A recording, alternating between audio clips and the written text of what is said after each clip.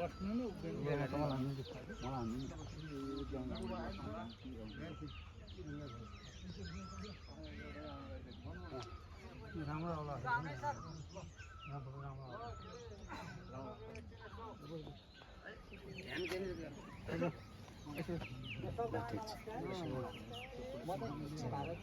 घर चाहिँ यहाँ अन्नपूर्ण गाउँपालिका 3 यसका आधारमा कार्यरत।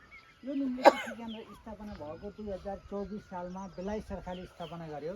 त्यतिखेर पहिलो प्रथमै चाहिँ एक्सपेरिमेन्ट लाउरेहरू चाहिँ जति पनि उहाँहरू 2024 र त्यतिखेर पहिलो प्रथमै कसलाई थियो त भनेपछि डाक्टर एक्सपेरिमेन्ट लाउरेहरूलाई किन पनि भन्नु भनेदेखि उहाँहरू 40देखि 45 वर्षभित्रमा उहाँहरू त पेन्सनबाट रिटायर भइसकेपछि अन्नबाली तरकारी पशुपन्छी अनि वृक्षारोपण तालिम भनेर बेलायत सरकारले स्थापना गर्यो। त्यो चाहिँ 2024 साल स्थापना भने 28 सालको स्थापना र त्यतिखेर 30 वर्ष बेलायत सरकारले चलाइसकेपछि त्यतिखेर हामी 450जना कर्मचारी थियौँ र म्याग्दी पर्वत बागलुङ स्याङ्जातिर जतासुकै यिनीहरूले चाहिँ सबै यहाँको कर्मचारीहरूलाई र एउटै रिकर्टर र स्टाफ राखेर सबै कृषि तरकारी अन्नबाली सबै कामहरू गर्दै गयो। पशुपन्छी त्यो गरिसकेपछि 30 वर्ष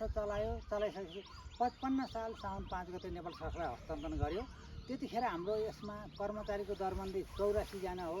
अहिले हामी 24-25 जना मात्रै हामी कार्यरत छौँ र अहिले चाहिँ तराई र पार गरेर यसको अफिस चाहिँ अनुसन्धान केन्द्र चाहिँ 62वटा यसको रिसर्च सेन्टर र यसको हाइट 1738, यसको क्षेत्रफल 66 हेक्टर।